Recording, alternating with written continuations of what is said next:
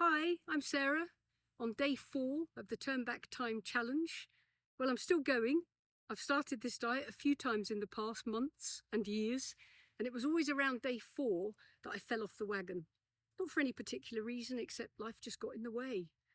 Maybe someone invited me out to dinner, or someone invited me for tea and produced a cake and I felt it rude to refuse. Or I was just jumping on a train or a plane and starving, and the only thing I could have was airport food or nothing.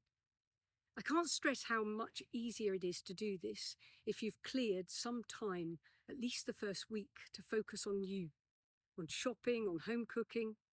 I haven't made it to proper advanced food preparation yet. I'm still grabbing and going, and I did clear this time. So take heart and stick with it. It's not hard to just grab a boiled egg, half a cup of grapes and 3 almonds. Job done. That'll fill you up for at least an hour or 2. And a hot tip, if you freeze grapes, they taste like ice cream and you can eat them slower. It's not hard to slice and saute 2/3 of a sweet potato with 1/3 of a teaspoon of olive oil, slather it with half a tablespoon of avocado, and then plonk 2 poached eggs on top. That's a perfect 2-block breakfast. The egg equals protein, the sweet potato equals carb, and the avocado equals fat. It's just as easy as toasting bread and putting fried eggs on top. In fact, you can still have that. Just stick to 2 fried eggs, using only 2/3 of a teaspoon of olive oil and only 1 slice of whole grain toast. Again, that's the perfectly balanced 2-block meal.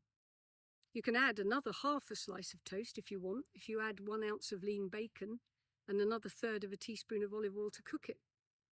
There's no need to ever be hungry on this eating plan, or to give up what you love, as long as it's not processed food. As you study this, you may begin to see that our grandparents were much better at eating in balance than we've become. A cooked breakfast with homemade bread cooked in lard is balanced. For lunchtime, a sandwich with a protein, carbs for the salad filling, and bread and butter for fat is balanced. Dinner, meat and 2 veg, plus potatoes is balanced. We might think a roast dinner is a treat to be reserved for the weekend, but it's actually one of the healthiest meals you can eat, as long as you balance the portion sizes and be careful of the oil or fat you cook it in. You're unlikely to be using lard, but you'll notice I always mention olive oil. I should say extra virgin cold-pressed olive oil.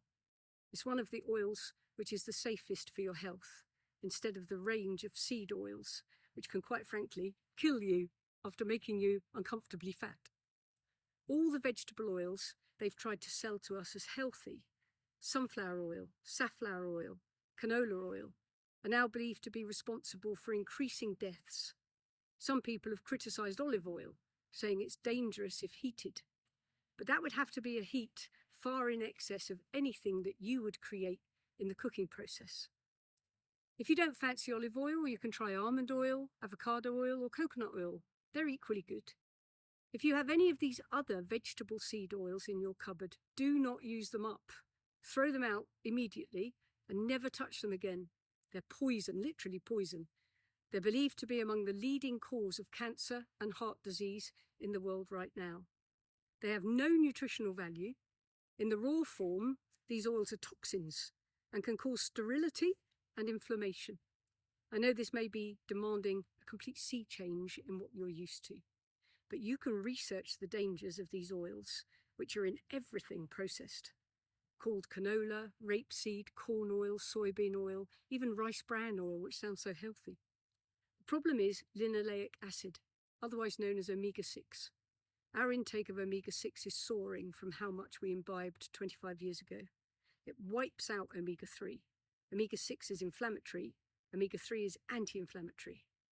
I'll no longer touch anything with it in, and just stopping it could reduce inflammation in you. In terms of the change in my body, I'm down another ½ an inch on my bust, from 42 to 40.5 inches. Other measurements have stayed the same, except for losing 1/4 of an inch off my right calf. Weird diet. But I lost another pound in weight since yesterday, so that's 2.5 pounds gone in 4 days. I'm eating very well. For lunch today, I had a huge plate of chopped roast chicken, mozzarella, tomatoes, cucumber, apple, avocado, and almonds. And this style of eating is very easy to measure and very filling, and easy to take in a lunchbox too.